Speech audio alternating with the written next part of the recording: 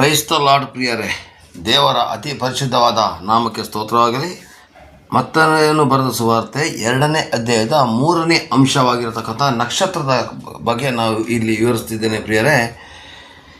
ಈ ನಕ್ಷತ್ರದ ಬಗ್ಗೆ ವಿವರಿಸುವಾಗ ದೇವರು ನನ್ನನ್ನು ಕೂಡ ಆಶೀರ್ವದಿಸಲಿ ಎಂದು ಪ್ರಾರ್ಥನೆ ಮಾಡಿಕೊಳ್ಳಿ. ಇದೇನಪ್ಪ ಇವರು ಪೆನ್ನಲ್ಲೆಲ್ಲ ಬರೆದುಬಿಟ್ಟು ಚಿತ್ರನ ವಾಲ್ಪೇಪರಲ್ಲಿ ಹಾಕಿದ್ದಾರೆ ಅಂತ ತಿಳ್ಕೊಬೇಡಿ, ಬ್ಯಾಕ್ಗ್ರೌಂಡ್ ಸ್ಕ್ರೀನಲ್ಲಿ ಹಾಕಿದ್ದಾರೆ ಅಂತ ತಿಳ್ಕೊಬೇಡಿ ಪ್ರಿಯರೇ. ಈ ಪೆನ್ನಲ್ಲಿ ಬರೆದ ಉದ್ದೇಶ ಯಾಕೆಂದರೆ ನನಗೆ ಒಂದು ಸಿಸ್ಟಮ್ ಇಲ್ಲದಿರೋ ಕಾರಣಕ್ಕೋಸ್ಕರ ಅಥವಾ ಲ್ಯಾಪ್ಟಾಪ್ ಇಲ್ಲದಿರೋ ಕಾರಣಕ್ಕೋಸ್ಕರ ಮೊಬೈಲಲ್ಲಿ ಎಡಿಟ್ ಮಾಡಲಿಕ್ಕೆ ಬರೋದಿಲ್ಲ. ಅದಕ್ಕೆ ಪೆನ್ನಲ್ಲೇ ಬಿಡಿಸ್ಬಿಟ್ಟು ನಾನು ಈ ನಕ್ಷತ್ರನ ತೋರಿಸಿದ್ದೇನೆ ಪ್ರಿಯರೇ. ಈ ನಕ್ಷತ್ರದ ಬಗ್ಗೆ ಹಲವಾರು ಸಂಶಯಗಳು ಇದೆ. ನಕ್ಷತ್ರನ ಕ್ರೈಸ್ತರು ಮನೆಯಲ್ಲಿ ಕ್ರಿಸ್ಮಸ್ ಟೈಮಲ್ಲಿ ಹಾಕಬೇಕಾ ಬ್ಯಾಡ್ವಾ ಅಂತ ಹೇಳೋದ್ರ ಬಗ್ಗೆ ತುಂಬ ಜನಗಳಿಗೆ ಅನಿಸಿಕೆ ಇದೆ, ಭಾವನೆ ಇದೆ. ನಕ್ಷತ್ರ ಒಳ್ಳೆಯದೇ ಆಗಿದ್ದರೆ ಯೆಹೂದ ಮಹಾರಾಜನ ಅರಮನೆ ಹತ್ರ ಯಾಕೆ ನಿಲ್ಲಬೇಕಾಗಿತ್ತು, ಡೈರೆಕ್ಟಾಗಿ ಯೇಸುಸ್ವಾಮಿ ಹತ್ರ ಕರ್ಕೊಂಡು ಹೋಗ್ಬೋದಿತ್ತಲ್ಲ ಅಂತ ಕೆಲವೊಂದು ಡೌಟ್ಗಳಿದೆ. ಅದಕ್ಕೆ ಕಾರಣ ಇದೆ. ಆ ರಾಜನಿಗೆ ನೀನು ರಾಜ ಅಲ್ಲ, ಒಬ್ಬ ನಕ್ಷತ್ರ ಬಂದಿದ್ದೇನೆ ಅಂತ ತೋರಿಸ್ಲಿಕ್ಕೋಸ್ಕರನೇ ಆ ನಕ್ಷತ್ರ ಕರ್ಕೊಂಡೋಗಿ ಯೆಹೂದ ಮಹಾರಾಜನ ಹತ್ರ ತೋರಿಸಿರೋದು. ಅರ್ಥ ಮಾಡ್ಕೊಳ್ಳಿ ಪ್ರಿಯರೇ. ಆ ನಕ್ಷತ್ರದ ಗುರುತು ಸೂಚನೆ ಕಂಡದ್ದೇನಿದ್ದಾರೆ, ನೀನಲ್ಲ, ಒಬ್ಬ ನಕ್ಷತ್ರ ಪ್ರಾಯದವನು ಒಬ್ಬ ಹುಟ್ಟಿದ್ದಾನೆ ಅಂತೇಳಿ ನಾನು ನಿಮಗೆ ಆಗಲೇ ಹೇಳಿದ್ದೀನಲ್ಲ. ಬಿಳಾಮನ ಪ್ರವಾದನೆಯಲ್ಲಿ ನಕ್ಷತ್ರ ಪ್ರಾಯನೊಬ್ಬನು ಹುಟ್ಟುತ್ತಾನೆ ತಗೊಂಡು ನಾನು ನಿಮಗೆ ಹೇಳಿದ್ದೆಲ್ಲ ನಿನ್ನೆ ಸಂಚಿಕೆ ನೀವು ತಿರುಗಿಸಿ ನೋಡೋದ್ರಲ್ಲಿ ಗೊತ್ತಾಗ್ತದೆ. 24 ಅರಣ್ಯಕಾಂಡ 24:12 ನಾನು ತಿಳಿಸಿದೆ. ನಕ್ಷತ್ರ ಪ್ರಾಯದವನು ಒಬ್ಬನು ಉದಯಿಸ್ತಾನೆ ಅಂತ ಹೇಳೋದನ್ನ ನಾವು ನೋಡಿಕೊಂಡೇವಲ್ಲ ಪ್ರಿಯರೇ.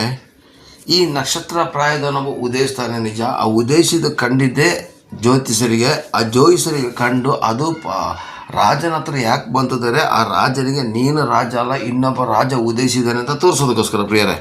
ಇರಲಿ, ಈ ಚಿತ್ರವನ್ನು ಬಿಡಿಸಿರೋದಕ್ಕೆ ತುಂಬ ಒಂದು ವಿವರಣೆ ಇದೆ. ದಯವಿಟ್ಟು ಇದನ್ನು ಯಾರು ಸ್ಕಿಪ್ ಮಾಡದೇ ನೋಡಿ, ಯಾಕೆಂದರೆ ಇದು ವೇದ ಪಂಡಿತರಿಂದ ತಿಳಿದು ನಾನು ಹಾಕಿರ್ತಕ್ಕಂತಹ ಈ ಒಂದು ಸಂಚಿಕೆ ಆಗಿದೆ ಪ್ರಿಯರೇ. ಈ ಸಂಚಿಕೆ ಬಗ್ಗೆ ದಯವಿಟ್ಟು ಯಾರು ಕಡೆಗಾಣಿಸದೆ ಸ್ಕಿಪ್ ಮಾಡದೇ ದಯವಿಟ್ಟು ನೋಡಿ. ಈ ನಕ್ಷತ್ರದ ಬಗ್ಗೆ ಹಲವಾರು ಊಹಾಪೋಹಗಳಿದೆ ಅಂತ ನಾನು ಆಗಲೇ ಹೇಳಿದಲ್ವ. ಕ್ರಿಸ್ಮಸ್ಗೆ ಹಾಕಬೇಕಾ ಬೇಡ ಅಂತೇಳಿ. ಕ್ರಿಸ್ಮಸ್ಸಿಗೆ ಹಾಕಿದ್ರೂ ಸ್ತೋತ್ರ, ಹಾಕದಿದ್ರೂ ಸ್ತೋತ್ರ. ಈಗ ಪೌಲ ಹೇಳ್ತಾನೆ, ನೀವು ತಲೆಗೆ ಮುಸುಕು ಹಾಕಿದ್ರೂ ಸ್ತೋತ್ರ, ಮುಸುಕು ಹಾಕದಿದ್ರೂ ಸ್ತೋತ್ರ. ನಿಮ್ಮ ಆತ್ಮ ಮಾತ್ರ ದೇವರಿಗೆ ಬೇಕಷ್ಟೇ ಹೊರತು ನೀವೇ ದೇವರಿಗೆ ಸಮರ್ಪಕವಾದ ಕಾಣಿಕೆ ಆಗಿದ್ದೀರ ಹೊರತು ನೀವು ಆ ನಡವಳಿಕೆಗಳ ಮೂಲಕ ಮುಸುಕು ಹಾಕಿ ಭಕ್ತರನ್ನು ತೋರಿಸ್ಕೊಳ್ಳೋದಾಗಲಿ, ಸ್ಟಾರ್ ಹಾಕಿ ಕ್ರೈಸ್ತರದ್ದು ತೋರಿಸ್ಕೊಳ್ಳೋದಾಗಲಿ, ವೈಟ್ ಬಟ್ಟೆಯನ್ನು ಹಾಕಿ ಕ್ರೈಸ್ತರದ್ದು ತೋರಿಸ್ಕೊಳ್ಳೋದಾಗಲಿ, ಜಪಸರವನ್ನು ಹಾಕಿಕೊಂಡು ಕ್ರೈಸ್ತರದ್ದು ತೋರಿಸ್ಕೊಳ್ಳೋದಾಗಲಿ, ಶಿಲುಬೆ ಗುರುತನ್ನು ಹಾಕ್ಕೊಂಡು ಕ್ರೈಸ್ತರನ್ನು ತೋರಿಸ್ಕೊಳ್ಳೋದು ಅಗತ್ಯ ಇಲ್ಲ ಪ್ರಿಯರೇ. ದೇವರಿಗೆ ಬೇಕಾಗಿರೋದು ನಾವು ತೋರಿಸುವಂತಹ ಆ ಒಂದು ಭಕ್ತಿ ಬೇಕಾಗಿಲ್ಲ, ಕ್ರಮಗಳು ಇರಬೇಕು ನಿಜ. ಆ ಕ್ರಮನೇ ದಾರಿ ತಪ್ಪಿಸುವಂಥ ರೀತಿಯಲ್ಲಿ ಇರಬಾರ್ದು. ಇರಲಿ ಪ್ರಿಯರೇ, ಇವತ್ತು ನಾನು ನಕ್ಷತ್ರದ ಬಗ್ಗೆ ತಿಳಿಸಲಿಕ್ಕೆ ಹೋಗುವಾಗ ಪ್ರಿಯರೇ, ನಕ್ಷತ್ರ ಬೈಬಲ್ನಲ್ಲಿ ಬಹಳ ಚೆನ್ನಾಗಿ ತೋರಿಸಿದೆ. ಮತ್ತು 2ನೇ ಅಧ್ಯಾಯದಲ್ಲಿ 2ನೇ ವಾಕ್ಯಕ್ಕೆ ಬಂದಾಗ ಅಲ್ಲಿ ಯಹೂದ್ಯರ ಅರಸನಾಗಿ ಹುಟ್ಟಿದವನು ಎಲ್ಲಿದ್ದಾನೆ, ಆತನನ್ನು ಸೂಚಿಸುವ ನಕ್ಷತ್ರವನ್ನು ಮೂಡಣ ದಿವಸದಲ್ಲಿ ಕಂಡು ಆತನಿಗೆ ಅಡ್ಡ ಬೀಳುವುದಕ್ಕೆ ಬಂದವು. ಹಾಗಾದರೆ ಇದು ನೋಡಿ ಚೆನ್ನಾಗಿ ಅರ್ಥ ಮಾಡ್ಕೊಳ್ಳಿ ಪ್ರಿಯರೇ. ವಿವರಿಸಿ ಹೇಳ್ತೇನೆ. ಆತನನ್ನು ಸೂಚಿಸುವ ನಕ್ಷತ್ರ ಅಂದರೆ ಯೇಸು ಸ್ವಾಮಿಗೆ ಮತ್ತೊಂದು ಹೆಸರು. ಪ್ರಕಟಣೆ ಗ್ರಂಥ 22ನೇ ಅಧ್ಯಾಯ 16ನೇ ವಾಕ್ಯದಲ್ಲಿ ತೆಗೆದುಕೊಳ್ಳಿಕ್ಕೆ ಹೋದರೆ ಅಲ್ಲಿ ನೋಡಿ, ಯೇಸು ಎಂಬ ನಾನು ನನ್ನ ಸಭೆಯ ಪ್ರಯೋಜನಾರ್ಥವಾಗಿ ಈ ಸಂಗತಿಗಳ ವಿಷಯದಲ್ಲಿ ನಿಮಗೆ ಸಾಕ್ಷಿ ಹೇಳುವುದೇನೆಂದರೆ, ನನ್ನ ದೂತನನ್ನು ಕಳುಹಿಸಿಕೊಟ್ಟನು. ಆತನು ದಾವೀದನೆಂಬ ಬುಡದಿಂದ ಹುಟ್ಟಿದ ಚಿಗುರು, ಅವನ ಸಂತತಿಯು ಉದಯ ಸೂಚಕವಾದ ಪ್ರಕಾಶವುಳ್ಳ ನಕ್ಷತ್ರವು ಆಗಿದ್ದೇನೆ. ಅಂದರೆ ಉದಯ ಸೂಚಕವಾದ ಪ್ರಕಾಶವುಳ್ಳ ನಕ್ಷತ್ರ ಇಲ್ಲಿ ನೋಡಿ ಬರೆದಿದೆ ಎಂದರೆ ಆತನನ್ನು ಸೂಚಿಸುವ ನಕ್ಷತ್ರ. ಹಾಗಾದರೆ ಯೇಸು ಸ್ವಾಮಿಗೂ ಹೆಸರು ಉದಯ ಸೂಚಕ ನಕ್ಷತ್ರ ಅಂಥೇಳಿ. ಅರ್ಥ ಆಗ್ತಾ ಇದೆಯಾ? ಉದಯ ಸೂಚಕ ನಕ್ಷತ್ರ ಅಂಥೇಳಿ ಇಲ್ಲಿ ನೋಡಿ ಎಷ್ಟು ಸ್ಪಷ್ಟವಾಗಿ ಬರ್ತದೆ. ಆತನನ್ನು ಸೂಚಿಸುವ ನಕ್ಷತ್ರ ಅಂದರೆ ಬೇರೆ ಏನೂ ಅಲ್ಲ ಪ್ರಿಯರೇ. ಈ 22ನೇ ಅಧ್ಯಾಯದಲ್ಲಿ ಉದಯ ಸೂಚಕ ನಕ್ಷತ್ರ ಬಂದಿದೆಯಲ್ವ. ಹಾಗೆಯೇ ಸೈತಾನನಿಗೂ ಕೂಡ ನಕ್ಷತ್ರ ಅಂತಲೇ ಕರೆಯೋದು ಪ್ರಿಯರೇ. ಸೈತಾನನು ಕೂಡ ಏನಂತ ಕರೀತಾರೆ, ನಕ್ಷತ್ರ ಅಂತಲೇ ಕರೀತಾರೆ. ಅವನು ಕೂಡ ಒಬ್ಬ ಎಲ್ಲ ಯೇಸು ಪ್ರತಿಯೊಂದು ವಿಷಯಗಳನ್ನು ಡೂಪ್ಲಿಕೇಟ್ ಮಾಡೋಂಥ ಒಬ್ಬ ಕಳ್ಳ ಅವನು. ಅದಕ್ಕೋಸ್ಕರನೇ ಅವನನ್ನು ಕೂಡ ನಕ್ಷತ್ರ ಅಂತ ಕರೀತಾರೆ. ಅದಕ್ಕೆ ಆಧಾರವಾಗಿ ಯೆಶಾಯನ ಗ್ರಂಥ 14ನೇ ಅಧ್ಯಾಯ 12ನೇ ವಾಕ್ಯದಲ್ಲಿ ನೋಡಿ, ಆಹಾ ಉದಯ ನಕ್ಷತ್ರವೇ, ಬೆಳ್ಳಿಯೇ, ಆಕಾಶದಿಂದ ಹೇಗೆ ಬಿದ್ದೆ. ನೋಡಿ, ಉದಯ ನಕ್ಷತ್ರವೇ. ಹಾಗಾದರೆ ಸೈತಾನ ಉದಯ ನಕ್ಷತ್ರ, ಯೇಸು ಸ್ವಾಮಿ ಉದಯ ಸೂಚಕ ನಕ್ಷತ್ರ. ಅರ್ಥ ಮಾಡ್ಕೋಬೇಕು ಚೆನ್ನಾಗಿ. ಸೈತಾನನು ಕೂಡ ನಕ್ಷತ್ರದ ರೂಪದಲ್ಲಿ ತೋರಿಸಿಕೊಂಡಿದ್ದಾನೆ ಬೈಬಲ್ನಲ್ಲಿ. ಅಂದರೆ ಸೈತಾನನು 14 ಏಷಯ 14:12 ಪ್ರಕಾರ, ಆಹಾ ಉದಯ ನಕ್ಷತ್ರವೇ ಬೆಳ್ಳಿಯ ಆಕಾಶದಿಂದ ಹೇಗೆ ಬಿದ್ದೆ ಅಂತ ಕೇಳಿದಾಗ ಅವನನ್ನು ಕೂಡ ಉದಯ ನಕ್ಷತ್ರ ಎಂದು ಕರೆಯಲ್ಪಟ್ಟಿದೆ. ಹಾಗೆಯೇ ಈ ಒಂದು ಮತ್ತಾಯನು ಬರೆದ ಸುವಾರ್ತೆ 2ನೇ ಅಧ್ಯಾಯದಲ್ಲಿ ಆತನನ್ನು ಸೂಚಿಸುವ ನಕ್ಷತ್ರ ಹೇಳಿದಾಗ ಅದನ್ನೇ ಪ್ರಕಟಣೆ ಗ್ರಂಥಕ್ಕೆ ಬಂದಾಗ ಆತನು ಉದಯ ಸೂಚಕ ನಕ್ಷತ್ರವಾಗಿದ್ದಾನೆ.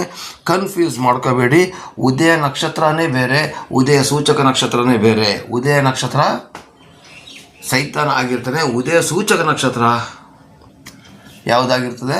ಯೇಸು ಸ್ವಾಮಿ ಆಗಿರ್ತದೆ. ಇದು ಕನ್ನಡ ಬೈಬಲ್ ಸ್ಪಷ್ಟವಾಗಿ ಬರ್ತದೆ, ಇಂಗ್ಲೀಷ್ ಬೈಬಲ್ ಅಷ್ಟು ಸ್ಪಷ್ಟವಾಗಿ ಇಲ್ಲ ಪ್ರಿಯರೇ. ಇರಲಿ, ದೇವರ ಅತಿ ಪರಿಶುದ್ಧವಾದ ನಾಮಕ್ಕೆ ಸ್ತೋತ್ರವಾಗಲಿ. ನನಗೆ ದೇವರು ಕೊಟ್ಟ ಪ್ರಕಟಣೆ ಪ್ರಕಾರ ನಾನು ತಿಳಿಸ್ತಾ ಇದ್ದೀನಿ.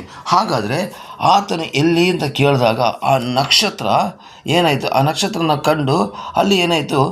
ನಕ್ಷತ್ರ ಎಲ್ಲಿ ಅಂತ ಕೇಳ್ತಾರೆ. ಹಾಗಾದರೆ ಆ ನಕ್ಷತ್ರದ ಬಗ್ಗೆ ನಾವು ಈಗ ವಿವರಣೆಯನ್ನು ತೆಗೆದುಕೊಳ್ಳಿಕ್ಕೆ ಹೋಗೋದಾದರೆ ಪ್ರಿಯರೇ, ಅವರು ಕಂಡದ್ದು ಯಾವ ಥರದರೆ ಅರಣ್ಯಕಾಂಡ 24:17 ಧರ್ಮಶಾಸ್ತ್ರದ ಒಂದು ಬಿಳಾಮನ ಪ್ರವಾದನೆ ಆಧಾರ ಪ್ರಕಾರ ಅವರು ನಕ್ಷತ್ರವನ್ನು ಕಂಡು, ನಿನ್ನೆ ಸಂಚಿಕೆಗಳಿದೆ ಅದು ಗೂಗಲ್ ಮ್ಯಾಪ್ ಆಗಿ ಆ ಕಾಲದಲ್ಲಿ ಕಾರ್ಯ ಮಾಡ್ತು. ಅವ್ರನ್ನ ಅಲ್ಲಿಂದ ಕರ್ಕೊಬಂದು ಹೆರೋದನ ಮಹಾರಾಜನ ಅಲ್ಲಿ ನಕ್ಷತ್ರ ಕಂಡು, ಅಲ್ಲಿಂದ ಕೊನೆಗೆ ಯೇಸು ಸ್ವಾಮಿ ಇದ್ದ ಜಾಗದಲ್ಲಿ ನಕ್ಷತ್ರ ಕಂಡು, ಆ ನಕ್ಷತ್ರ ಬೇರೆ ಯಾರೂ ಅಲ್ಲ, ಯೇಸು ಸ್ವಾಮಿಗೆ ಹೋಲಿಕೆ ಆಗಿದೆ ಪ್ರಿಯರೇ. Hallelujah, praise the Lord. ದೇವರ ನಾಮಕ್ಕೆ ಸ್ತೋತ್ರವಾಗಲಿ. ಈ ನಕ್ಷತ್ರದಲ್ಲಿ ನಾನು ತಿಳಿಸಬೇಕಾದ್ರೆ ಪ್ರಿಯರೇ, ಈ ಒಂದು ಸೈಡ್ ಭಾಗದಲ್ಲಿ ಬಂದಾಗ ಪ್ರಿಯರೇ 2 ತ್ರಿಕೋನಾಕಾರವನ್ನು ಮಾಡಿದ್ದೇನೆ.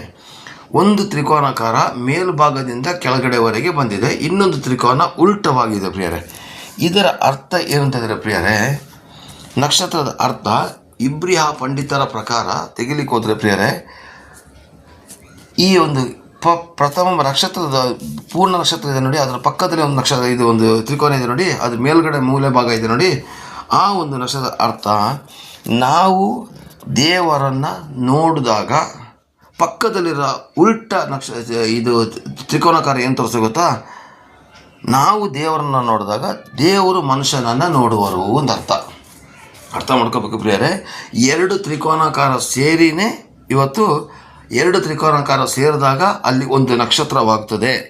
ಅದಕ್ಕೇ ನಾನು ಬಿಡಿಸಿ ತೋರಿಸ್ತೀನಿ. ಇಲ್ಲಿ ಪೆನ್ನಲ್ಲಿ ಬಿಡಿಸಿ ತೋರಿಸಿರೋ ಕಾರಣ 2 ತ್ರಿಕೋನಾಕಾರ ಸೇರಿದಾಗ ನಕ್ಷತ್ರ ಆಗ್ತದೆ ಪ್ರಿಯರೇ. ನಿಜವಾದ ನಕ್ಷತ್ರಕ್ಕೆ ಪ್ರಿಯರೇ 6 ಮೂಲೆಗಳಿರ್ತದೆ. ಆದರೆ ಇವತ್ತು 8 ಮೂಲೆ 9 ಮೂಲೆಗಳು ಇರ್ತಕ್ಕಂಥ ನಕ್ಷತ್ರಗಳು ಬಂದುಬಿಟ್ಟಿದೆ ಪ್ರಿಯರೇ. ಇರಲಿ ಪ್ರಿಯರೇ, ಈಗ ಈ ಪ್ರಥಮ ತ್ರಿಕೋನಾಕಾರ ನಾವು ದೇವರನ್ನು ನೋಡುವುದು ಅಂತೇಳಿ, ಅಂದರೆ ಮೇಲ್ಭಾಗದಲ್ಲಿ ದೇವರಿದ್ದಾನಲ್ವ, ಅದಕ್ಕೆ ಯಾರೋ ಮಾರ್ಕ್ ಟೈಪಲ್ಲಿ ತ್ರಿಕೋನಾಕಾರವನ್ನು ಬಿಡಿಸಿದ್ದೀನಿ. ಹಾಗೆ ಕೆಳಭಾಗಕ್ಕೆ ಹ್ಯಾರೋ ಮಾರ್ಕ್ ಟೈಪಲ್ಲಿ ತ್ರಿಕೋನಾಕಾರವನ್ನು ಬಿಡಿಸಿದ್ದಕ್ಕೆಂದರೆ ದೇವರು ಮನುಷ್ಯನನ್ನು ನೋಡುವುದು ಅಂತೇಳಿ. ಇದರ ಅರ್ಥ ಬಂದು ಏನು ಗೊತ್ತಾ ಪ್ರಿಯರೇ? ಮತ್ತಾಯನು ಬರೆದ ಸುವಾರ್ತೆ 1ನೇ ಅಧ್ಯಾಯ 23ನೇ ವಾಕ್ಯಕ್ಕೆ ಇದನ್ನು ನಾವು ಹೋಲಿಕೆ ಮಾಡೋ ಪ್ರಿಯರೇ. ಈಗೋ ಒಬ್ಬ ಕನ್ನಿಕೆ ಗರ್ಭಿಣಿಯಾಗಿ ಮಗನನ್ನು ಎಳೆಯೋಳು, ಆತನಿಗೆ ಇಮಾನುವೇಲ್ ಎಂದು ಹೆಸರಿಡೋನು ಎಂಬುದು ದೇವರು ನಮ್ಮ ಕೂಡ ಇದ್ದಾನೆಂದು ಈ ಹೆಸರಿನ ಅರ್ಥ. ಇದರ ಅರ್ಥ, ನಾವು ದೇವರನ್ನು ನೋಡಿದಾಗ ದೇವರು ನಮ್ಮ ಕಡೆ ನೋಡ್ತಾರೆ, ಅಂದರೆ ದೇವರು ನಮ್ಮೊಂದಿಗೆ ಇದ್ದಾರೆ. ಈ ನಕ್ಷತ್ರ, ಈ ಉದಯ ಸೂಚಕ ನಕ್ಷತ್ರವಾದಂತಹ ಯೇಸು ಸ್ವಾಮಿ ಬಂದದೇ ನಮ್ಮನ್ನು ಮತ್ತು ದೇವರ ಜೊತೆಲಿ ಸಂಬಂಧವನ್ನು ಕಲ್ಪಿಸಲಿಕ್ಕೆ, ಅಂದರೆ ದೇವರು ನಮ್ಮ ಕೂಡ ಇರುವ ಹಾಗೆ ಮಾಡಲಿಕ್ಕೆ. ನಾವೇ ಬೇರೆ ಆಗಿದ್ದೋ. ಅಂದರೆ ನಾನು ನಿಮಗೆ ನಿನ್ನೆ ಹೇಳಿದ್ದೀನಿ, ಮಲಾಕಿಯನ ಗ್ರಂಥದಿಂದ ಹಿಡಿದು ಯೋಹಾನ ಪ್ರವಾದಿಯ ಕಾಲದವರೆಗೂ ಸುಮಾರು 400 ವರ್ಷಗಳ ಕಾಲ ನಿಶಬ್ದ ವರ್ಷವಾಗಿತ್ತು. ಆ ಸಮಯದಲ್ಲಿ ದೇವರಿಂದ ಮನುಷ್ಯ ಪಾಪ ಮಾಡಿ ಅಗಲಿ ಹೋಗಿದ್ದ ಅಂತ ನಾನು ನಿಮಗೆ ತಿಳಿಸಿದ್ದೆ. ಅಗಲಿ ಹೋಗಿದ್ದ ನಿಜವಾಗಿ ಅಗಲಿ ಹೋಗಿದ್ದ. ಅದನ್ನು ಸೇರಿಸಲಿಕ್ಕೋಸ್ಕರನೇ ಯೇಸು ಸ್ವಾಮಿ ಬಂದರು. ಅದಕ್ಕೇ ಈ 2 ತ್ರಿಕೋನಾಕಾರವಾಗಿ ಬಿಡಿಸಿರ್ತಕ್ಕಂಥ ಒಂದು ಕಾರಣ ಎಂದರೆ, ಒಂದು ನಾವು ಇನ್ನಾದರೂ ದೇವರ ಕಡೆಗೆ ತಿರುಗಿಕೊಂಡ್ರೆ, ಅಂದರೆ ಯೋಹಾನನು ಕೂಡ ಅದೇ ಥರ ಬಂದು ಬೋಧನೆ ಮಾಡಿದ, ಯೇಸು ಸ್ವಾಮಿನೂ ಕೂಡ ಅದೇ ಥರ ಬಂದು ಬೋಧನೆ ಮಾಡಿದ್ರು. ದೇವರ ರಾಜ್ಯ ಸಮೀಪವಾಯಿತು, ಎಲ್ಲರೂ ದೇವರ ಕಡೆಗೆ ತಿರುಗಿಕೊಳ್ಳಿರ್ತೇಳಿ. ನಾವು ದೇವರ ಕಡೆಗೆ ತಿರುಗಿಕೊಂಡು ದೇವರನ್ನು ದೃಷ್ಟಿಸೋದಾದರೆ ದೇವರು ನಮ್ಮ ಕಡೆಗೆ ನೋಡ್ತಾರೆ ಅಂತ ಹೇಳೋದ್ರ ಬಗ್ಗೆ ಈ ಒಂದು 2 ತ್ರಿಕೋನಾಕಾರದ ಅರ್ಥವಾಗಿದೆ ಪ್ರಿಯರೇ. Praise Lord. ಹಾಗೇನೆ ಪ್ರಿಯರೇ, ನಕ್ಷತ್ರದ ಬಗ್ಗೆ ನಾವು ಇನ್ನೂ ತಿಳಿಯಬೇಕಾದರೆ ಪ್ರಿಯರೇ, ನಾನು ಈ ಸ್ಟಾರ್ ಬರೆದು 1, 2, 3 ಬರ್ದಿನಲ್ಲ, ಅದ್ರ ಬಗ್ಗೆ ನಾನು ಮತ್ತೆ ವಿವರಿಸ್ತೀನಿ. ಮೊದಲು ಈ ತ್ರಿಕೋನಾಕಾರದ ಬಗ್ಗೆ ನಾವು ತಿಳ್ಕೊಂಡೆವು. ನಾವು ದೇವರ ಕಡೆ ತಿಳ್ಕೊಂಡಾಗ ದೇವರು ನಮ್ಮ ಕಡೆ ತಿಳ್ಕೊಳ್ತಾರೆ, ಆಗ ನಾವು ದೇವರು ಒಂದಾಗ್ತೀವಿ, ಅದೇ ನಕ್ಷತ್ರ ಆಗ್ತದೆ. ನಕ್ಷತ್ರ ಬೇರೆ ಯಾರು ಅಲ್ಲ, ಅದು ಯೇಸು ಸ್ವಾಮಿನೇ. ಯೇಸು ಸ್ವಾಮಿ ಬಂದಿದ್ದೆ ಮತ್ತಾಯ 1:23 ಪ್ರಕಾರ ಇಮಾನುವೇಲನಾಗಿ ದೇವರು ನಮ್ಮೊಂದಿಗೆ ಸೇರಿಸೋದಕ್ಕೆ ಬಂದರು ಅಂತ ಹೇಳೋದ್ರ ಬಗ್ಗೆ ನಾನು ವಿವರಿಸಿದೆ. ಈ ನಕ್ಷತ್ರದ ಬಗ್ಗೆ ಇನ್ನೂ ನಾವು ತಿಳಿಬೇಕಾದ್ರೆ ಪ್ರಿಯರೇ, ಇಲ್ಲಿ ನೋಡಿ 2ನೇ ಅಧ್ಯಾಯದಲ್ಲಿ ನಕ್ಷತ್ರವನ್ನು ಕಾಣಿಸೋದಕ್ಕೆ, ನಕ್ಷತ್ರವನ್ನು ಕಂಡು ನಾವು ಮೂಡನ ದೇಶದಿಂದ ಆತನಿಗೆ ಅಡ್ಡ ಬೀಳೋದಕ್ಕೆ ಬಂದೇವೆ ಅಂತ ಕೇಳಿದ್ರು. ಕೊನೆಗೆ ನಕ್ಷತ್ರ ಕಾಣಿಸಿದ ಕಾರಣ ತಿಳಿದು ಹೇಳಿ ಅಂತಲೂ ಕೂಡ 7ನೇ ವಾಕ್ಯದಲ್ಲಿ ಹೇಳಿದ್ರು. ಮತ್ತು ಅಲ್ಲಿ 10ನೇ ವಾಕ್ಯದಲ್ಲೂ ಕೂಡ 2:10 ಕೂಡ ಬರೆದಿದೆ, ನಕ್ಷತ್ರವನ್ನು ಪುನಃ ಕಂಡು ಅವರು ಸಂತೋಷಪಟ್ಟು ಅಲ್ಲಿ ನೋಡಿ 9ನೇ ವಾಕ್ಯ ಭಾಳ ಚೆನ್ನಾಗಿ ಬರೆದಿದೆ 2:9 ಅವರು ಅರಸನ ಮಾತನ್ನು ಕೇಳಿ ಹೊರಟಾಗ ಮೂಡನ ದೇಶದಲ್ಲಿ ಕಂಡ ನಕ್ಷತ್ರ ಅವರ ಮುಂದೆ ಮುಂದೆ ನಡೆದು, ಹಾಗಾದರೆ ಆ ನಕ್ಷತ್ರ ನಡೆದು ಹೋಗ್ತಾ ಇತ್ತು ಅಂತ ಅರ್ಥ. ನಕ್ಷತ್ರ ಏನರ್ಥ? ನಡೆದು ಹೋಗ್ತಾ ಇತ್ತು ಅಂತೇಳಿ. ಮುಂದೆ ಮುಂದೆ ನಡೆದು ಕೂಸು ಇದ್ದ ಸ್ಥಳದ ಮೇಲೆ ನಿಂತಿತು. ಆ ನಕ್ಷತ್ರವನ್ನು ಕಂಡು ಅವರ ಅತ್ಯಂತ ಸಂತೋಷಪಟ್ಟರು. ಹಾಗಾದರೆ ಅದು ಮುಂದೆ ಮುಂದೆ ನಡೆದರೆ ಆ ನಕ್ಷತ್ರ ದಾರಿ ತೋರಿಸುವ ಮಾರ್ಗವನ್ನು ತೋರಿಸುವಂಥದ್ದಾಗಿತ್ತು ಪ್ರಿಯರೇ. ಅಂದರೆ ಇದರ ಅರ್ಥ, ಪ್ರಪಂಚದಲ್ಲಿ ಇರತಕ್ಕಂಥ ನಕ್ಷತ್ರಗಳಾಗಲಿ ಅಥವಾ ಯಾವುದೇ ಗ್ರಹಗಳಾಗಲಿ ಆಕಾಶಗಳ ಕಾಯಗಳಾಗಲಿ ತಾನಾಗೆ ತಾನು ನಿಂತುಕೊಳ್ಳೋದಕ್ಕೆ ಸಾಧ್ಯವಿಲ್ಲ. ಅದು ಭೂಮಿಯ ಮೇಲೆ ನೋಡಿ, ಈಗ ಗ್ರಾವಿಟಿ ಪವರ್ ಇದೆ, ಗುರುತ್ವಾಕರ್ಷಣ ಶಕ್ತಿ ಇದೆ, ನಾವು ಏನೇ ಮೇಲಕ್ಕೆ ಹೆಸರು ಕೂಡ ಕೆಳಗಡೆ ಬೀಳ್ತದೆ. ಆದರೆ ಭೂಮಿಗೆ ಯಾವ ವಸ್ತುವಿನ ಮೇಲಕ್ಕೆ ಹೆಸರು ಕೆಳಗಡೆ ಬೀಳ್ತದೆ, ಆದರೆ ಭೂಮಿನೇ ಆಧಾರ ಇಲ್ಲದೆ ನಿಂತಿದೆ. ಗೊತ್ತಾ ನಿಮಗೆ? ಅದನ್ನು ವಿಜ್ಞಾನಿಗಳೇ ತಿಳಿಸಿದ್ದಾರೆ. ಭೂಮಿ ಗುಂಡಿಗೆ ಇದೆ, ಗೋಲಾಕಾರದಲ್ಲಿ ಇದೆ ಅಂತ ನಮಗೆ ಪಾಠ ಮಾಡೋಗೆ ಹೇಳಿದರು. ಆದರೆ ವಿಜ್ಞಾನಿಗಳು ಕಂಡುಹಿಡಿಯೋದಕ್ಕಿಂತ ಮೊದಲೇ ಸತ್ಯವೇದದ ಪ್ರಥಮ ಬರವಣಿಗೆ ಪುಸ್ತಕವಾಗಿರ್ತಕ್ಕಂತಹ ಯೋಬ 26ನೇ ಅಧ್ಯಾಯ 7-8 ನೀವು ಗಮನಿಸಿ ಪ್ರಿಯರೇ. ಪುನಃ ಇನ್ನೊಂದ್ಸಲ ಹೇಳ್ತೀನಿ, ಯೋಬ 26:7-8 ಗಮನಿಸಿ. ಅದರಲ್ಲಿ ದೇವರು ಬರೆದಿದೆ, ಹಾಗಾದರೆ ದೇವರು ಈ ಭೂಮಿಯನ್ನು ಯಾವ ಆಧಾರವಿಲ್ಲದೆ ನಿಲ್ಲಿಸಿದಂತೆ ಅಂದು ನಕ್ಷತ್ರವನ್ನು ಚಲಿಸುವಂತೆ ಮಾಡಿದ್ರು. ಹಾಗಾದರೆ ಯಾವ ಆಧಾರವಿಲ್ಲದೆ ಭೂಮಿನ ನಿಲ್ಲಿಸಿದ್ದಾರೆ ಅಂತೇಳಿ ಯೋಬ ಅವತ್ತೇ ಹೇಳಿದ ಪ್ರಿಯರೇ. ವಿವರಿಸಲಿಕ್ಕೆ ಆಗೋದಿಲ್ಲ, ನೀವೇ ಅದನ್ನು ನೋಡ್ಕೋಬೇಕು. ನಾನು ಮೊನ್ನೆ ಸಂಚಿಕೆಯಲ್ಲಿ ಕೂಡ ಅದು ಹೇಳಿದ್ದೀನಿ. ಆ ಒಂದು ಭೂಮಿಯನ್ನು ಯಾವ ಆಧಾರವಿಲ್ಲದೆ ನಿಲ್ಲಿಸಿದ್ದಾರೆ, ಆಗ ನಕ್ಷತ್ರಗಳು ಚಲಿಸುವಂತೆ ಮಾಡಲಿಕ್ಕಾಗೋದಿಲ್ಲ. ಆ ಯೆಹೋಶುವನ ಸಮಯದಲ್ಲಿ ನೋಡಿ, ಆ ಯುದ್ಧ ಮಾಡುವಂಥ ಸಂದರ್ಭದಲ್ಲಿ ಸೂರ್ಯ ಚಂದ್ರನ ಆ ತಗ್ಗಿನಲ್ಲಿ ನಿಂತು ಅವನು ಆರ್ಡರ್ ಮಾಡಿದಾಗ ಸೂರ್ಯ ಚಂದ್ರನು ಅದೇ ಸ್ಪಾಟಲ್ಲಿ ನಿಲ್ತು ಅಲ್ವಾ? ಆಗ ದೇವರಿಂದ ಅಸಾಧ್ಯವಾದದ್ದು ಯಾವುದಿಲ್ಲ. ದೇವರ ಮಕ್ಕಳಿಗೆ ಆ ಅಧಿಕಾರವನ್ನು ಕೊಟ್ಟಿದ್ದಾರೆ ಪ್ರಿಯರೇ. ಅಲ್ಲಿ ಆ ಒಂದು ಯೋಬನೇ ಆ ಕಾಲದಲ್ಲಿ ಏನು ಮಾಡಿದ್ರೆ ಆಧಾರವಿಲ್ಲದೆ ನಿಂತಿದೆ ಅಂತ ಮೇಲೆ, ಹಾಗಾದರೆ ದೇವರ ಶಕ್ತಿಯಿಂದಲೇ ಆಕಾಶ ಕಾಯಗಳು, ನಕ್ಷತ್ರಗಳು, ಪ್ರತಿಯೊಂದು ಗ್ರಹಗಳು ಕೂಡ ದೇವರ ಶಕ್ತಿಯಿಂದಲೇ ನಿರ್ಮಿತವಾದದ್ದು ಅಂತ ಹೇಳೋದು ಇಲ್ಲಿ ಸ್ಪಷ್ಟವಾಗಿ ತಿಳಿಯಲ್ಪಡ್ತದೆ ಪ್ರಿಯರೇ. ಆ ಒಂದು ಪ್ರಕೃತಿಗಳು ಕೂಡ ದೇವರ ಮಾತನ್ನು ಕೇಳ್ತದೆ. ಆದರೆ ಪ್ರಕೃತಿನ ನಮ್ಮ ಹೆಲ್ಪ್ ಕೊಟ್ಟಿದ್ದಾರೆ, ನಾವು ಅವ್ರ ಮಾತ್ರ ಕೇಳಿದ್ರೆ ಅವಿಧೇಯರಾಗಿ ನಡೀತಾ ಇದ್ದೀವಿ. ಇದೇ ಬೇಜಾರದ ಸಂಗತಿ. ಇರಲಿ, ಈಗ ನೋಡಿ ಪ್ರಿಯರೇ, ನಕ್ಷತ್ರಗಳು ಕೂಡ ದೇವರು ಹೇಳ್ದಂಗೆ ಕೇಳ್ತು. ಅದಕ್ಕೋಸ್ಕರ ಅದೇನಾಯಿತು, ಅದು ತೋರಿಸಿ ದಾರಿಯನ್ನು ತೋರಿಸ್ಕೊಂಡು ಹೋಯಿತು ಅಂತೇಳಿ ತೋರಿಸ್ತದೆ. ದೇವರ ಒಂದು ಶಕ್ತಿಯ ಮುಂದೆ ಯಾವ ಶಕ್ತಿನೂ ಕೂಡ ನಿಲ್ಲಕ್ಕೆ ಸಾಧ್ಯವಿಲ್ಲ. ಅದಕ್ಕೆ ಎಲ್ಲವನ್ನು ಚಲಿಸುವಂತೆ ಮಾಡುವಂಥದ್ದು ಎಲ್ಲ ಒಂದು ಪ್ರತಿಯೊಂದು ಸಂಗತಿಗಳು ಕೂಡ ದೇವರ ಶಕ್ತಿನೇ ಕಾರಣ. ಉದಾಹರಣೆ ತೆಗಿಲಿಕ್ಕೆ ಹೋದರೆ, ಅಮೇರಿಕಾದಲ್ಲಿ ಈಗ ಬೆಂಕಿ ಬೀಳ್ತಲ್ಲ ಪ್ರಿಯರೇ, ಬೆಂಕಿ ಬಿದ್ದಾಗ ಅದನ್ನು ಆರಿಸಲಿಕ್ಕೆ ಎಷ್ಟು ದಿವಸ ಬೇಕಾಯಿತು. ಅಮೇರಿಕಾದಲ್ಲಿ ಕೊನೆಗೆ ನೀರೇ ಇಲ್ಲದಂಥ ಪರಿಸ್ಥಿತಿ ಬಂತು ಅಂತ ಕೂಡ ಟಿ ವಿಯಲ್ಲಿ ಮಾಧ್ಯಮದಲ್ಲಿ ಕೇಳಿಸ್ತಾ ಇತ್ತು. ಅಂತಹ ದೊಡ್ಡ ದೇಶನ ಅಲ್ಲಾಡಿಸ್ಲಿಕ್ಕೆ ಯಾರ ಕೈಯಿಂದ ಸಾಧ್ಯವಿಲ್ಲ ಅಂತ ಹೇಳ್ಕೊಂಡು ದೊಡ್ಡಣ್ಣ ಅಂತ ಹೆಸರು ಪಡ್ತಿರ್ತಕ್ಕಂಥದ್ದು ದೇವರ ಒಂದು ಚಿಕ್ಕ ಕೋಪಕ್ಕೆ ಅದು ಬಲಿಯಾಗಲೇಬೇಕಾಯಿತು ಪ್ರಿಯರೇ. ಪ್ರಕೃತಿ ಮುಂದೆ, ಪ್ರಕೃತಿಯ ಸೃಷ್ಟಿಗಳನ್ನು ದೇವರ ಕೈವಶದಲ್ಲಿ ಇದೆ, ಅದು ಮನುಷ್ಯರ ಕೈವಶದಲ್ಲಿಲ್ಲ. ಮನುಷ್ಯ ಇವತ್ತು ಹಾಳು ಮಾಡಿ ತನಗೆ ಆಪತ್ತನ್ನು ತಂದುಕೊಳ್ತಾ ಇದ್ದಾನೆ. ಎರಡನೇದಾಗಿ ಆ ಕೊರೋನಾದ ಲೆಕ್ಕಾಚಾರ ತಗೊಳ್ಳಿ. ಇಡೀ ಎಷ್ಟು ವೈಜ್ಞಾನಿಕವಾಗಿ ಮುಂದುವರೆದಿದೆ. ಆಫ್ಟರ್ ಆಲ್ ಒಂದು ಕೊರೋನಾಕ್ಕೆ ಔಷಧಿ ಕಂಡುಹಿಡಿಯೋಕ್ಕಾಗದೇ ಇಡೀ ಪ್ರಪಂಚನೇ ಬಂದ್ ಮಾಡ್ತು. ಎಷ್ಟೋ ತಿಂಗಳುಗಳವರೆಗೆ, ವರ್ಷಾನುಗಟ್ಟವರೆಗೆ ಪ್ರಪಂಚದಲ್ಲೇ ಬಂದ್ ಮಾಡ್ತು ಪ್ರಿಯರೇ. ಹಾಗಾದರೆ ದೇವರು ಮನಸ್ಸು ಮಾಡಿದ್ರೆ ಏನು ಬೇಕಿದ್ರೂ ಮಾಡ್ಬೋದು. ಹಾಗೇನೆ ಈ ನಕ್ಷತ್ರನೂ ಕೂಡ ಅವತ್ತು ಮುಂದೆ ನಡೆದು ಹೋಯ್ತು ಅಂತ ಹೇಳಿದ್ರೆ ನಾವು ನಂಬಲೇಬೇಕು. ಸುನಾಮಿ ಆಯಿತು, ದೇವರ ಕಾರ್ಯ ಏನು ತಡೀಲಿಕ್ಕಾಯ್ತು ವಿಜ್ಞಾನಿಗಳಿಗೆ, ವೈಜ್ಞಾನಿಕವಾಗಿ ಮುಂದುವರಿಯಿತು. ಕೊರೋನಾ ಬಂತು, 1 ವರ್ಷದವರೆಗೆ ಆಟ ಆಡಿಸ್ಬಿಡ್ತು, 1 ವರ್ಷ 1.5 ವರ್ಷದವರೆಗೆ ಆಟ ಆಡಿಸ್ತು. ಅದಲ್ಲದೆ ಹೊಸ ವೈರಸ್ಗಳು ಬೇರೆ ಬರ್ತಾ ಇದೆ ನೋಡಿ ಪ್ರಿಯರೇ. ಅದಲ್ಲದೆ ಅಮೇರಿಕಾದಲ್ಲಿ ಇತ್ತೀಚೆಗೆ ತಾರೆ ಬಿದ್ದ ಬೆಂಕಿಗಳನ್ನ ಗಮನಿಸಿ. ದೇವರ ಶಕ್ತಿಯ ಮುಂದೆ ಮನುಷ್ಯನ ಯಾವ ಆಟಗಳು ನಡೆಯೋದಿಲ್ಲ, ಗೊತ್ತಾಯಿತು? ಅದಕ್ಕೋಸ್ಕರ ಪ್ರಿಯರೇ, ಈ ನಕ್ಷತ್ರ ನಡೆದು ಹೋಗಿದ್ದು ಕೂಡ ನಿಜ ಅಂತ ನಾವು ನಂಬಬೇಕು. ಆಯಿತು. ನೆಕ್ಸ್ಟ್ ಈ ನಕ್ಷತ್ರದ ಬಗ್ಗೆ ನಾವು ವಿವರಣೆ ಕೊಡ್ಲಿಕ್ಕೆ ಬರ್ತಾ ಇದ್ದೀನಿ ಪ್ರಿಯರೇ. ಇದರಲ್ಲಿ ನಾನು ರೆಡ್ ಇಂಕಲ್ಲಿ 1, 2, 3, 4, 5, 6, 7, 8, 9, 10, 11, 12 ಅಂತ ಬರೆದಿದ್ದೀನಿ ಪ್ರಿಯರೇ. ಇದು ಏನಕ್ಕಪ್ಪ ನಾನು ಬರೆದಿದ್ದಾರೆ, ನಕ್ಷತ್ರದಲ್ಲಿ ನಾನು ಆಗಲೇ ಹೇಳಿದಾಗೆ ಪ್ರಿಯರೇ, ನಾವು ಈ ಥರದ ನಕ್ಷತ್ರನೇ ತೆಗೆದುಕೊಳ್ಬೇಕು. ಯಾವಾಗ ಕ್ರಿಸ್ಮಸ್ಸಿಗೆ ನಾವು ಹಾಕಬೇಕಿದ್ರು ಕೂಡ ಈ ನಕ್ಷತ್ರ ಇದೆ ನೋಡಿ ಪ್ರಿಯರೇ. ಇದು ಈ 12 ಕುಲಗಳನ್ನು ಸೂಚಿಸ್ತದೆ ಪ್ರಿಯರೇ. ಈ ನಕ್ಷತ್ರ ನೋಡಿ, ಆ ಒಂದೊಂದು ಮೂಲೆಗಳಿಗೆ 1 2 3 4 ರೆಡ್ಡಿಂಕಲ್ಲಿ ಬರ್ತೀನಿ ನೋಡಿ, ಅದು 12 ಕುಲಗಳನ್ನ ತೋರಿಸ್ತದೆ. ರೂಬೇನ್ ಕುಲ, ಸಿಮಿಯನ್ ಕುಲ, ಯಹೂದ ಕುಲ, ಇಸ್ಸಾಕಾರ್ ಕುಲ, ಎಫ್ರೈಮ್ ಕುಲ, ಬೆನ್ಯಾಮಿನ್ ಕುಲ, ಜಬಲನ್ ಕುಲ, ಯೋಸೆಫ್ ಕುಲ, ದಾನ್ ಕುಲ, ಅಶರ್ ಕುಲ, ನೆಫ್ತಾಲಿ ಕುಲ ಮತ್ತು ಗಾದ್ ಕುಲ. ಇದರ ಬಗ್ಗೆ ತಿಳಿಸ್ತದೆ. ದೇವರು ತಾನೇ ತನ್ನ ಮಕ್ಕಳ ಒಂದು ಉಪಯೋಗಕ್ಕಾಗಿ ಮಾಡಿರ್ತಕ್ಕಂಥ 12 ಕುಲಗಳ ಬಗ್ಗೆ ಇಲ್ಲಿ ಸ್ಪಷ್ಟವಾಗಿ ತಿಳಿಸ್ತದೆ ಪ್ರಿಯರೇ. ದೇವರ ಚಿತ್ತವಾದರೆ ಮುಂದಿನ ದಿನಗಳಲ್ಲಿ ಒಂದೊಂದು ಕುಲಗಳ ವಿಶೇಷತೆಗಳ ಬಗ್ಗೆ ತಿಳಿಸಲಿಕ್ಕೆ ನಾನು ಹೋಗ್ತಾ ಇದ್ದೀನಿ. ದೇವರು ನಿಮ್ಮನ್ನು ಆಶೀರ್ವದಿಸಲಿ. ನನಗೋಸ್ಕರ ಕೂಡ ಪ್ರಾರ್ಥನೆ ಮಾಡಿ ಪ್ರಿಯರೇ. ಎರಡನೇದಾಗಿ ಪ್ರಿಯರೇ, ಅಲ್ಲಿ ನಾನು ಏನು ಮಾಡಿದ್ದೀನಿ, ಆ ಒಂದು ಬ್ಲೂ ಇಂಕಲ್ಲಿ ಬರೆದಿದ್ದೀನಿ. ಏನು 1 2 3 4 5 6 ಅಂತ ಬರೆದಿದ್ದೀನಲ್ಲ, ಇದು ಏನನ್ನು ಸೂಚಿಸ್ತದೆ ಅಂದರೆ ದೇವರ 6 ದಿನದ ಸೃಷ್ಟಿಯ ಬಗ್ಗೆ ಸೂಚಿಸ್ತದೆ. ಈ ಮಧ್ಯದಲ್ಲಿ ನೋಡಿ ಒಂದೊಂದು ಕೋಣೆಗಳ ರೀತಿಯಲ್ಲಿ ಇದೆಯಲ್ಲ, ಆ ಕೋಣೆಗಳು ಏನು ಮಾಡ್ತಾ ಇದೆ ಅಂದರೆ 1 2 3 4 5 6 ಇದು 6 ದಿನ ದೇವರ ಸೃಷ್ಟಿಯ ಕಾರ್ಯ ಬಗ್ಗೆ. ಮತ್ತು ಗ್ರೀನ್ ಇಂಕಲ್ಲಿ ಬರ್ದಿದ್ದೀನಿ ನೋಡಿ, ಮಧ್ಯದಲ್ಲಿ 7 ಅಂತ ಬರ್ತೀನಲ್ಲ, ಇದು ದೇವರ ವಿಶ್ರಾಂತಿ ದಿನ. ಅಂದರೆ ನಾವು ದೇವರನ್ನು ಆರಾಧಿಸಲಿಕ್ಕೆ ಸಮಯವನ್ನು ತೆಗೆದುಕೊಳ್ಳಲೇಬೇಕು ಅಂತ ಹೇಳೋದನ್ನು ಈ ನಕ್ಷತ್ರ ತೋರಿಸ್ತದೆ ಪ್ರಿಯರೇ. ಈ ನಕ್ಷತ್ರ ಏನು ಮಾಡ್ತಾ ಇದೆ, ತೋರಿಸ್ತಾ ಇದೆ. ಇಷ್ಟು ಅರ್ಥ ಇದೆ ಪ್ರಿಯರೇ ಈ ನಕ್ಷತ್ರದಲ್ಲಿ. ನಮಗಿದು ಗೊತ್ತಿಲ್ಲ. ನಾವು ಏನು ಮಾಡ್ತೀವಿ ಗೊತ್ತಾ, ಎಲ್ಲೋ ಸಂತೆಗೆ ಹೋಗ್ಬಿಡ್ತೀವಿ, ಯಾವುದೇ ನಕ್ಷತ್ರ ಅಂತ ಅಂದ್ಬಿಟ್ಟು ನಾವು ಮನೆ ಮುಂದೆ, ಆಲಯದ ಮುಂದೆ ಎಲ್ಲ ನೇತಾಕ್ತೀವಿ. ಆದರೆ ನಕ್ಷತ್ರದ ವಿಶೇಷತೆಗಳು ಯಾರಿಗೂ ಗೊತ್ತಿಲ್ಲ ಪ್ರಿಯರೇ. ಗೊತ್ತಿದ್ದರೂ ಕೂಡ ಅದ್ರ ಬಗ್ಗೆ ವಿವರಣೆ ಕೊಡಲಿಕ್ಕೆ ಇಷ್ಟಪಡೋದಿಲ್ಲ. ಇಬ್ರಿಯ ಒಂದು ಪಂಡಿತರ ಆಧಾರ ಪ್ರಕಾರ ಈಗ ನಾನು ಕೊಟ್ಟಂಥ ವಿವರಣೆಗಳಿದೆಯಲ್ಲ ಪ್ರಿಯರೇ, ಇದು ಸತ್ಯ. ಆಗಲೇ ನಾನು ಹೇಳಿದೆ ನೋಡಿ, ಆ 2 ತ್ರಿಕೋನಾಕಾರ, ಮೇಲ್ಗಡೆ ನೋಡೋದು ತ್ರಿಕೋನಾಕಾರ, ಕೆಳಗಡೆ ನೋಡೋ ತ್ರಿಕೋನಾಕಾರಕ್ಕೆ ಆಧಾರವಾದಂಥ ವಾಕ್ಯ 1 ಕೊರಿಂಥ 6:17 ತೆಗೆದುಕೊಂಡ್ರೆ ನಾವು ದೇವರು ಒಂದೇ ಆತ್ಮ ಆಗಿಬಿಟ್ಟಿದ್ದೀವಿ. ಈಗ ಅರ್ಥ ಆಗ್ತಾ ಇದೆಯಾ? ನಾವು ದೇವರು ಒಂದೇ ಆತ್ಮ. ಯಾವ ಥರ ಆಗಿದ್ವಿ? ದೀಕ್ಷಾ ಸ್ಥಾನ ಪಡೆದುಕೊಳ್ಳೋದರ ಮೂಲಕ ನಾವು ಮತ್ತು ದೇವರು ಒಂದೇ ಆತ್ಮವಾಗಿದ್ದೀವಿ ಅಂತ ತೋರಿಸ್ತದೆ ಪ್ರಿಯರೇ. ಹಾಗಾದರೆ ಪ್ರಿಯರೇ, ನಾವು ನಕ್ಷತ್ರದ ಬಗ್ಗೆ ಧ್ಯಾನ ಮಾಡೋದೇ ಅದರ ಬಗ್ಗೆ ಇನ್ನೂ ವಿವರಣೆಗಳಿದೆ. ಆದರೆ ನಾನು ಆಗಲೇ ಹೇಳಿದ್ದೀನಿ, ನಿಮಗೆ ಇನ್ನೂ ಅರ್ಥ ಮಾಡ್ಕೊಳ್ಳಿ. ಉದಯ ಸೂಚಕ ನಕ್ಷತ್ರನೇ ಬೇರೆ, ಉದಯ ನಕ್ಷತ್ರನೇ ಬೇರೆ. ಉದಯ ನಕ್ಷತ್ರ ಸೈತಾನ್ಯ ಹೋಲಿಕೆ ಆಗಿದೆ, ಆದರೆ ಇಂಗ್ಲೀಷ್ ಬೈಬಲಲ್ಲಿ ಇಲ್ಲ. ಆದರೆ ಉದಯ ಸೂಚಕ ನಕ್ಷತ್ರ ಇದೆ ನೋಡಿ ಪ್ರಿಯರೇ, ಅದು ಯೇಸು ಸ್ವಾಮಿ ಆಗಿದ್ದಾರೆ. ಆತನನ್ನು ಸೂಚಿಸುವ ನಕ್ಷತ್ರ. ಹಾಗಾದರೆ ದೇವರು ನಮಗೆ ಸೂಚನೆಗಳನ್ನ ಕೊಡ್ತಾರೆ. ಏನೇ ಆಗಬೇಕಾದ್ರೂ ಕೂಡ ದೇವರು ನಮಗೆ ಸೂಚನೆ ಕೊಡ್ತಾರೆ. ಈಗ ನಮ್ಮ ಕಣ್ಣಿಗೆ ಕಾಣುವಂಥ ನಕ್ಷತ್ರ ದೇವರ ವಾಕ್ಯವೇ ಆಗಿದೆ ಪ್ರಿಯರೇ. ಈ ವಾಕ್ಯ ನಮ್ಮನ್ನು ನಡೆಸ್ತಾ ಇದೆ ಪ್ರಿಯರೇ.